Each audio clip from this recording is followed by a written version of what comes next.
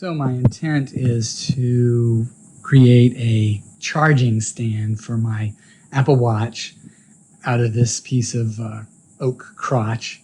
It's spalted, it's pretty aged. I'm going to wing it a lot, so who knows. My intent is to make a hollow shape, like a cup, that I can run the watch down over the top. It'll be open on the bottom so that any extra cord can fit inside of there. There'll be some way of retaining the cord. I haven't thought about that yet. I'm not much of a planner. I just kind of wing it. So I'm going to make it, what is this? No, I don't know. It's that big. And that's so a starting point. That's much larger than it needs to be.